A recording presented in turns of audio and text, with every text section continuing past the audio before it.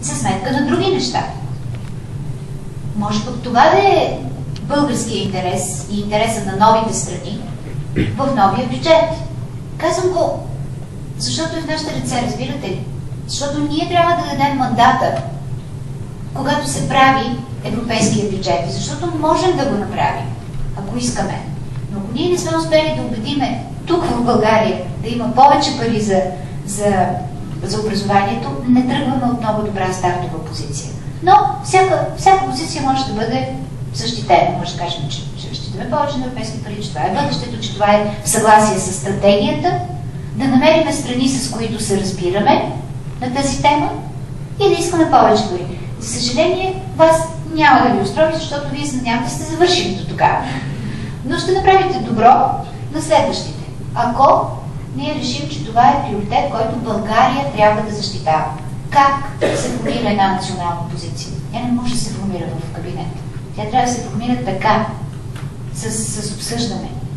Защото тогава всеки, който я защитава, ще бъде много по-силен, ще знае за кого го е направил, а не абстрактно.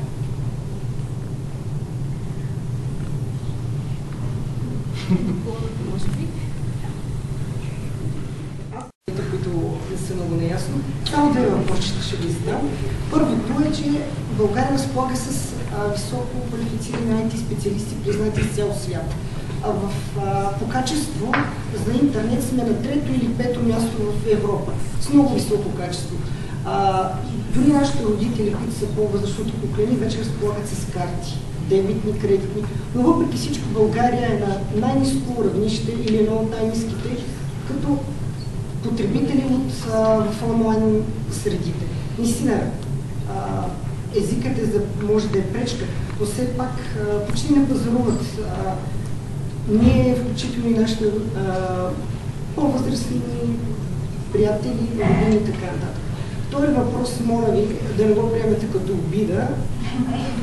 Ще ви обидам за лицемерието на Европа. Лицемерието на Европа, много си държа на тази думичка. От една точка ще ви дам просто две елементарни примери. Първият с Италия, която непрекъснато оказва много рестриктивни мерки спрямо циганите, затваря ги в резервати, изселва ги, прощавайте. Всеки други подобни много репресивни мерки спрямо тях, докато ние заядеме с нашите роми, по-демократичната дума, веднага се намира един клуб европейци, които да ни казват как трябва да се отнасяме с тях и да ги третираме. Това е първо. Второ, имах възможността да поживея малко в Швейцария, макар че това не е страна от Европейския съюз, е като еталон за европейско мислене и за европейски достижения. Швейцария, по-точно в Женева. Знаете, там е и седалището на ООН. Точно тогава беше референдума против българите и румънците, февруари месец 2009, може да направите справка, дали да ни допуснат до тяхния трудов пазар или не.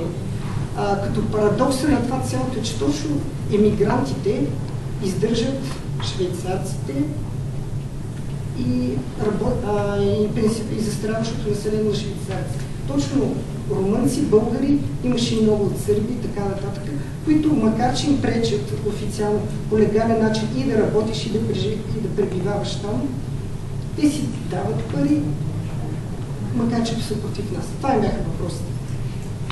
Добре, ще опитам да бъда по-кратка в отговорите, макар че ми е много трудно. Защо нямаме доверие в интернет и не пазаруваме? Първо е много лошо, защото, между прочим, дори само да сравниш цените и да разбереш малко повече за договора, който ще подпишеш, особено ако е финансов или за нещо по-сериозно, по-голяма покупка, това е страхотно за информация. Надеждата ни е, че се качва. Значи ние нямаме доверие и понеже нещата са свързани. Ние нямаме доверие, защото знаем, че може да има някой мошенник, който не вярваме, че ще бъде хванат. И затова си казваме, не. Аз да го видя, да го пипна и ако стоката ми хареса, тогава. Иначе 100 пъти по-лесно. В дигиталната стратегия, която ще излезе следващата седмица на Европейската комисия, ще видите колко много се залага на тая икономика, колко всъщност се махат бариерите. Но докато ние не сме разчистили нещата с доверието в този пазар у нас, няма как да стане. Едно от нещата, които аз знам, че със сигурност ще се случат, е, че мобилните телефони ще бъдат безплатни.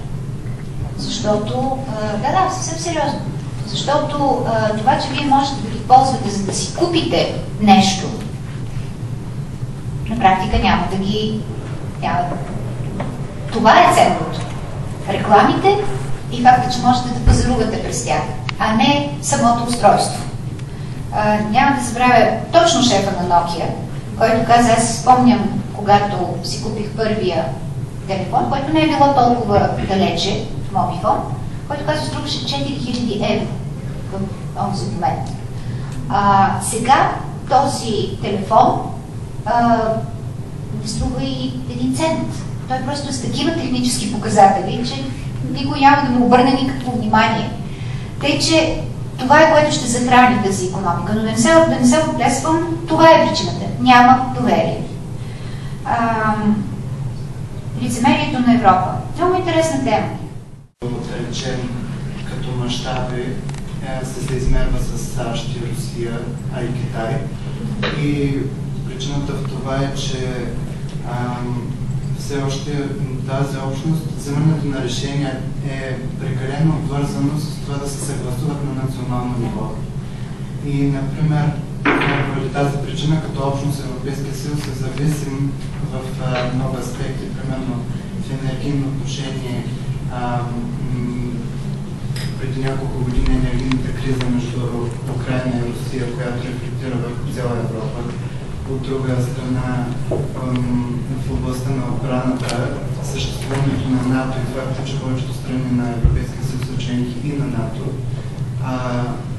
според Лисабонския договор се предвижда и сътрудничество в обща отбрана, което до някаква степен води до противоречие. И не мислите ли, че в този аспект Европейския съюз трябва да бъде общност, в която решенията се вземат на наднационално ниво, т.е. след приемането и преди приемането на Лисабонския договор, обвиненията бяха, че се върви към федерация, Европейска федерация, а не съюз на суверенни държави. И въпросът ми е, има ли нужда държавите да отдават по-голяма част от своя суверенитет, т.е. европейските институции да имат по-големи правомощия? И включително, както казвате вие, при оформянето на единни образователни критерии. Отговорът е, ако искат. Значи, не сила не става. Европейския съюз е създаден за това, защото държавите членки са поискали да се създаде.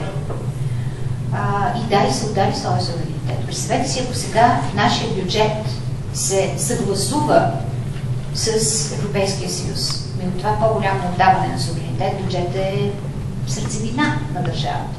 За образованието. Аз имам между другото много интересен случай. Ние направихме един европейски дневник, се казва, който е за млади потребители и той е преведен на всички езици, има и на български, и аз исках да обърна се с писмо към всички министри на образованието и им казах, ето това са едни безплатни екземпляри за вас, моля ви се, дайте ги в училищата, опитайте се да ги включите в програмата на училищата. И нямах назова страната. Получих отказ от писмен от един от министрите, много откровен, каза, вие нямате работа тук. Образованието е наша задача и ние няма да допуснем вие да ни казвате и изобщо даже и да ни намеквате какво да включваме в нашата образователна програма, не ви ще дневник. Платен с техни пари, това са европейски пари, разбира се, направихме през потребителските организации, но аз бях изумена, защото това е нещо, за което те са платили, нещо, което е абсолютно пазар. Няма знания за този пазар, как да пазаруваш, как да си върнеш стоката, имаш ли право по интернет, какво се случва, такива неща.